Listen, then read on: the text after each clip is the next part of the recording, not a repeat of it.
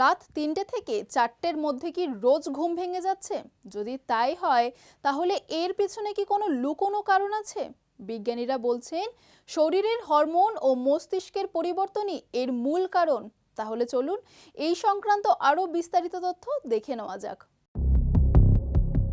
রাত ৩টে থেকে ৪টের মধ্যে নিয়মিত ঘুম ভেঙে গেলে অনেকেই তা অস্বাভাবিক বা রহস্যজনক বলে মনে করেন।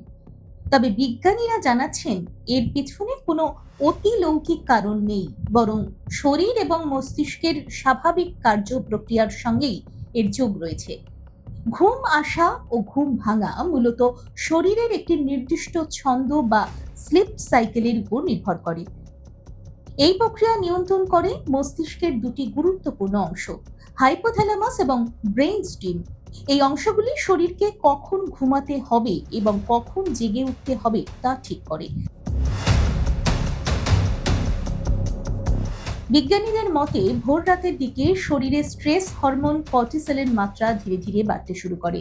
যারা মানসিক চাপ বা উদ্বেগে ভোগেন তাদের ক্ষেত্রে এই হরমোন বেশি পরিমাণে ক্ষরণ হয়, ফলে মস্তিষ্কে উত্তেজনা তৈরি হয় এবং ঘুম ভেঙে যেতে পারে।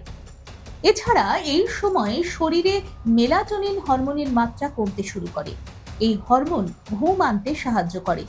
যখন এর মাত্রা কমে যায় তখন শরীর স্বাভাবিকভাবেই জেগে ওঠার সংকেত পায়। এর সঙ্গে যদি রাতে দেরি করে মোবাইল ব্যবহার, চা বা কফি খাওয়ার অভ্যাস থাকে তবে ঘুমের সমস্যা আরো বাড়ে।